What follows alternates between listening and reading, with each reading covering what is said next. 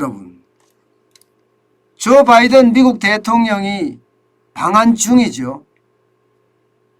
어제는 정상회담을 했고요.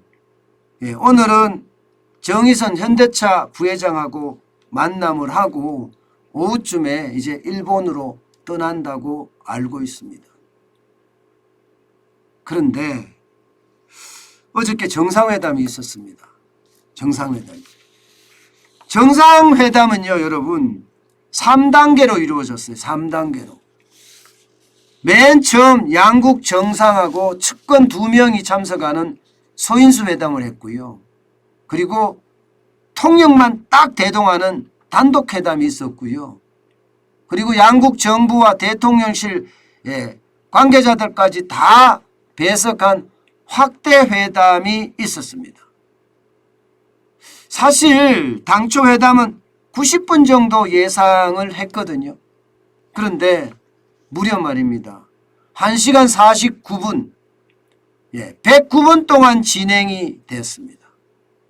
109분 동안. 뭐 회담의 길이가 늘어났다고 해서, 시간이 늘어났다고 해서 이게 뭐 회담이 잘 됐다 이렇게는 꼭 말할 수는 없습니다. 그렇지만 회담의 어떤 시간이 길어졌다는 것은 서로가 할 말이 많다 하는 이야기가 되는 거고, 서로가 할 말이 많은 것을 많이 주고받았다 이렇게 해석할 수도 있거든요. 게다가 애초부터 한미 정상회담은 뭔가 화기애애한 분위기에서 시작이 됐습니다. 그렇기 때문에 좋은 이야기들이 훨씬 많았겠죠. 이 회담이 끝나고 나서 두 정상이 공동기자회견을 했는데 핵심은 이겁니다. 핵심은 경제 중심축을 미국으로 이동한다. 저는 이게 거의 핵심이라고 생각합니다. 지금까지 한미 동맹은요, 안보 동맹 그리고 경제 동맹이었다면 여기서 한 발 더 나아가서 이제는 기술 동맹으로까지 자리매김을 했다는 뜻. 다시 말해서 한미 동맹의 어떤 차원을 한 차원 높였다는 것이라고 해석할 수가 있을 것 같습니다. 그 핵심에는요, 반도체가 있습니다. 반도체는요, 바이든 대통령이 대한민국을 방문하자마자 삼성 평택 캠퍼스를 직접 방문할 정도로 관심을 지대하게 가졌고요. 또 이 반도체가 앞으로 한미 동맹의 어떤 기술 동맹의 핵심이 될 거다는 이야기까지 나올 정도입니다. 그만큼 말입니다.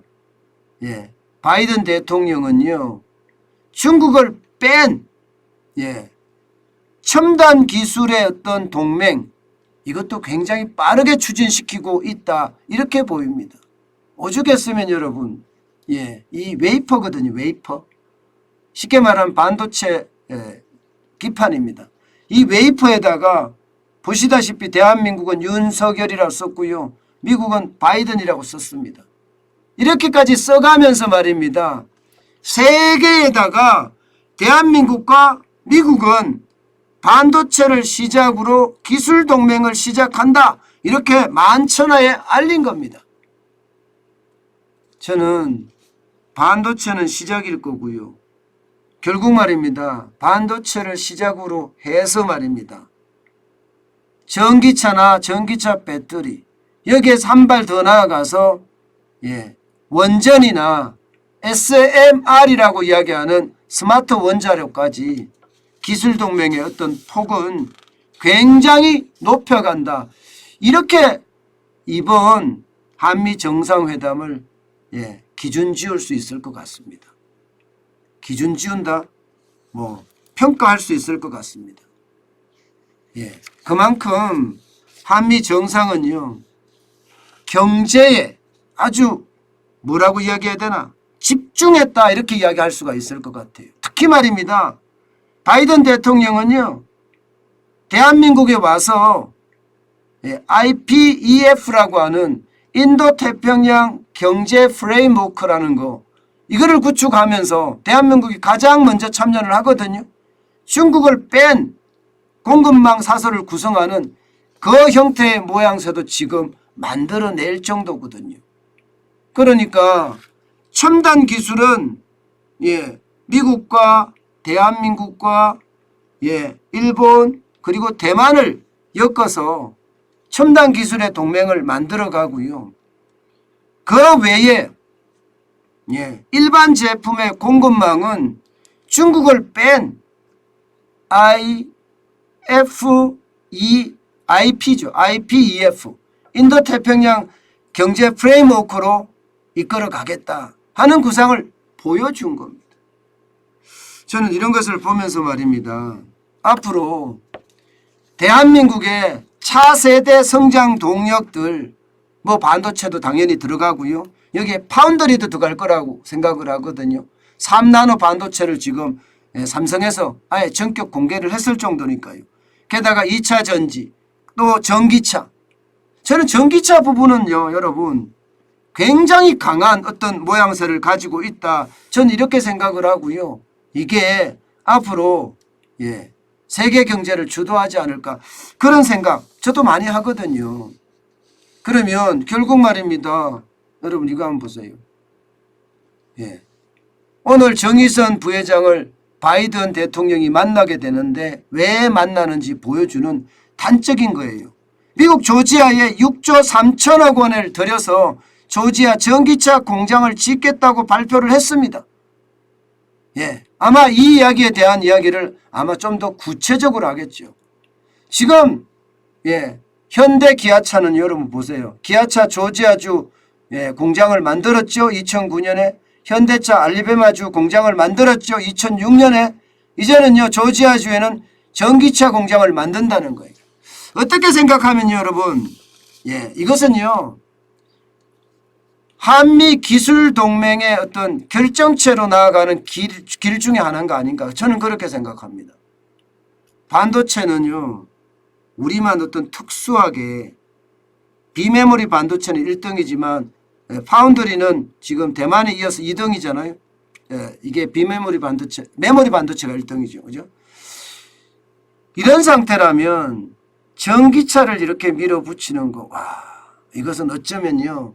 중국을 견제하기 위한 아주 핵심이 아닌가 저는 그런 생각도 해봅니다. 왜냐하면 테슬라만 지금 전기차를 미국에서는 강자 취급을 받고 있거든요. 나머지는 중국의 전기차가 굉장히 강합니다. 그런 차원에서 보면 저는 현대차가 조지아주에 전기차 공장을 건설한다는 것은 어쩌면 말입니다. 현대차 입장에서도 윈, 또 미국 입장에서도 윈, 둘 다 윈이 아닌가 싶어요. 이게 중국과의 경쟁에서도 자리매김을 할 수 있기 때문입니다. 이처럼 말입니다. 이번 한미 정상회담은요. 한마디로 안보에 이어서 경제, 경제에 의해서 기술까지 확대되는 그런 정상회담이었다. 이렇게 평가할 수 있을 것 같습니다. 이제 문제는 중국입니다. 사실 중국이 가만히 있겠느냐 이게 이제 일반적인 거예요. 일반적인 게 중국은요 이게 기본적으로요 1등의식이 굉장히 강합니다. 중국 외에 다른 나라는 다 오랑캐입니다.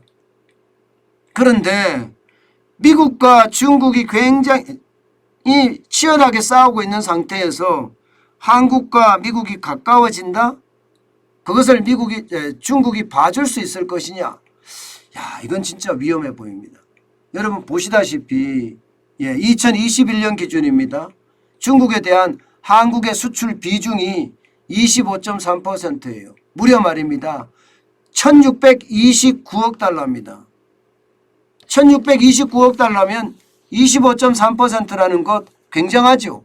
여기에 홍콩을 우회하는 것까지 따지면 여러분 30%가 넘습니다.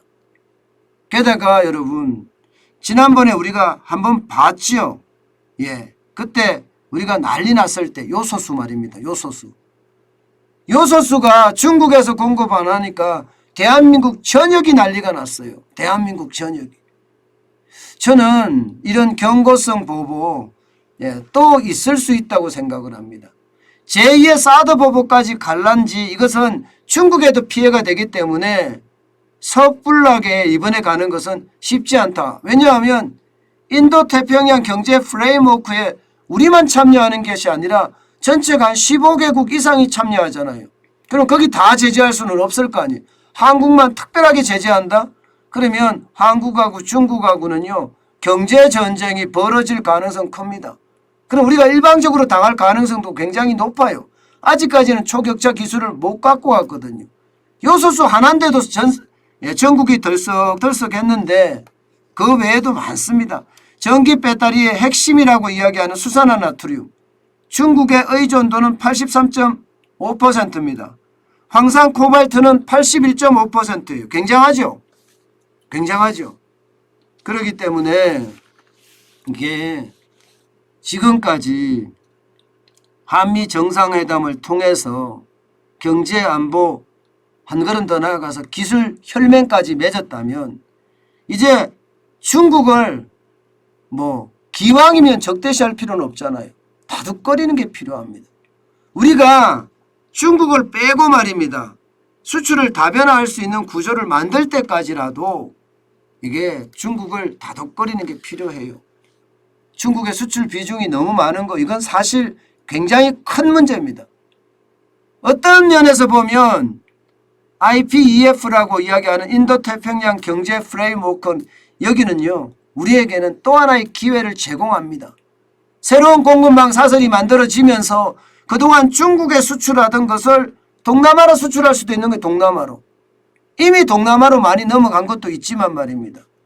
어쨌든 수출이 다변화될 때까지라도 급작스러운 어떤 충격을 막기 위한 것 이제 대책을 세워야 되고요. 그 무엇보다도 중국에 의존하고 있는 원자재가 굉장히 많습니다. 개수로 따져서는 200개가 아니라 2000개 가까이 된다고 이야기하니까요. 그중에 의존도가 높은 것, 의존도를 줄여가는 것 지금 반드시 필요하지 않을까 저는 그런 생각해 봅니다. 그래야만 여러분 또 다른 사드 보복을 맞지 않을 겁니다. 중국은요 자기들 나라밖에 모르는 나라이기 때문에 원래 강대국이라는 게 그래요. 그렇기 때문에 우리가 미리 준비를 해서 거기에 대한 대응책을 만들어야지 계속해서 뒤따라가는 정책으로는요 도저히 우리의 어떤 충격을 충격이 없이 넘어가기가 쉽지가 않습니다. 아마 이게 진짜 발걸음을 빨리 해야 된다는 게 그만큼 변동성도 크고요. 또 경제의 어떤 불안감이 굉장히 높아졌다고 이야기할 수 있습니다.